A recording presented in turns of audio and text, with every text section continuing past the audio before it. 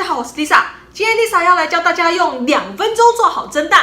娃娃 TV。Lisa 超级喜欢吃蛋的，但经常吃的蛋呢，不外乎就是荷包蛋啊，不然就是水煮蛋啊，要不然就是泡面加蛋啊，有种吃腻的感觉。我偶尔也想要换换口味，也想吃蒸蛋，但做蒸蛋可能有点麻烦，我平常没事的时候也不会说特别去做它。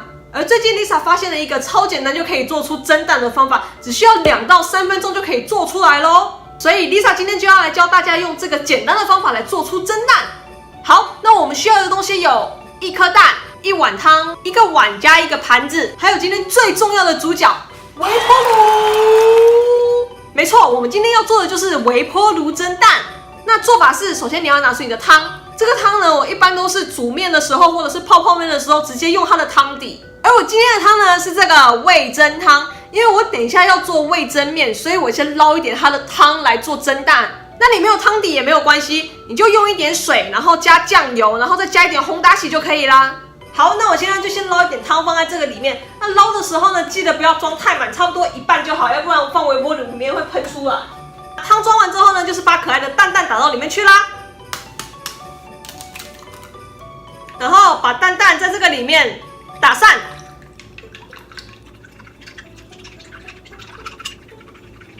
打完之后呢，就把它放到微波炉里面去啦。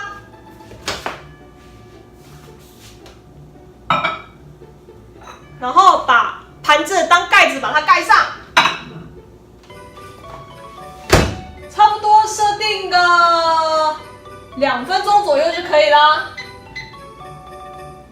好，那我今天用的呢是热水，所以差不多2分钟就可以了。那如果你用的是凉水的话呢，可能就要3分多钟才会好哦。很多人教学可能都会说微波炉要用几瓦几分钟才会好，但是因为我跟微波炉不太熟，它的几瓦数要怎么调我也不知道，所以我的观察方法呢，就是等你听到微波炉里面的碗盘发出这个声音，就差不多是好了。哒啦，做好了，乖乖的有没有？好像很好吃的样子，我现在就来试吃吧。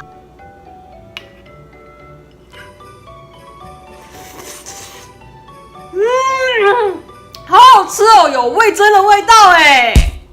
大家也在家里试试看吧，方便、简单又好吃哦。好，那如果你喜欢今天这个影片的话呢，不要忘记帮我按赞、按订阅、开铃铛、加分享哦。那我们就下次见吧，拜拜。